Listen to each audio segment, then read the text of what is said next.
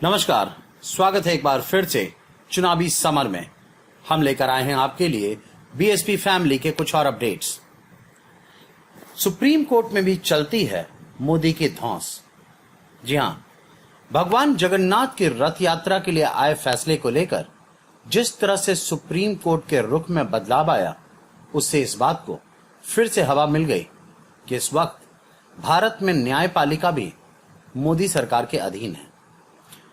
वैसे भी राजरत्न अंबेडकर ने कितनी ही बार कहा कि वह सीएए के खिलाफ यूएन और यूएससीआईआरएफ में इसलिए लड़ाई लड़ रहे हैं क्योंकि भारत में न्यायालय भी मोदी सरकार की गिरफ्त में है। उन्होंने राम मंदिर निर्माण में मिले बौद्ध अवशेषों के लिए भी यूनिसेफ का दरवाजा खटखटाया क्योंकि उन्हें भारत की संस्था पर भरोसा नहीं था। खैर, बात जगन्नाथ रथ यात्रा की करें। सुप्रीम कोर्ट ने पहले कोरोना के कारण इसे मंजूरी देने से इनकार कर दिया था।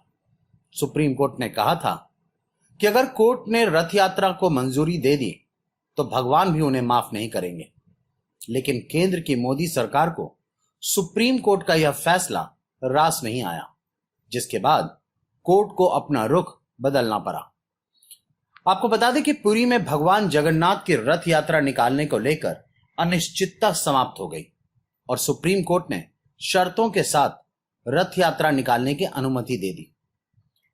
दरअसल सुप्रीम कोर्ट ने जगन्नाथ पुरी में रथ यात्रा पर कोरोना महामारी के कारण 18 जून को रोक लगा दी थी, लेकिन शीर्ष अदालत के इस फैसले के खिलाफ कई पुनर्विचार याचिकाएं दाखिल हो गई और कोर्ट से अपने पूर्व के आदेश पर रोक लगाने की मांग की गई।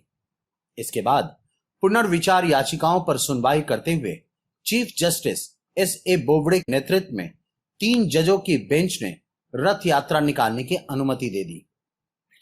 यहां गौर करने वाली बात यह है कि कोर्ट में केंद्र सरकार ने भी रथ यात्रा का समर्थन किया था।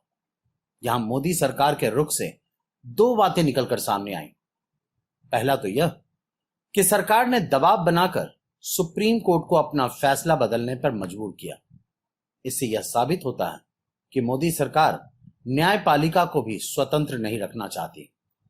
वहीं दूसरी बात निकलकर जो सामने आई वो यह है कि मोदी सरकार ने हिंदुत्व की राजनीति को मजबूत करने के लिए, या यूं कहें कि अपने वोट बैंक को बढ़ाने के लिए, लाखों लोगों की जिंदगी को दांव पर लगा दिया।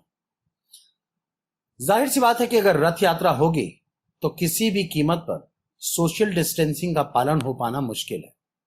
लेकिन मोदी सरकार को लोगों की जिंदगी की नहीं बल्कि पार्टी के वोट को बढ़ाने की परवाह है।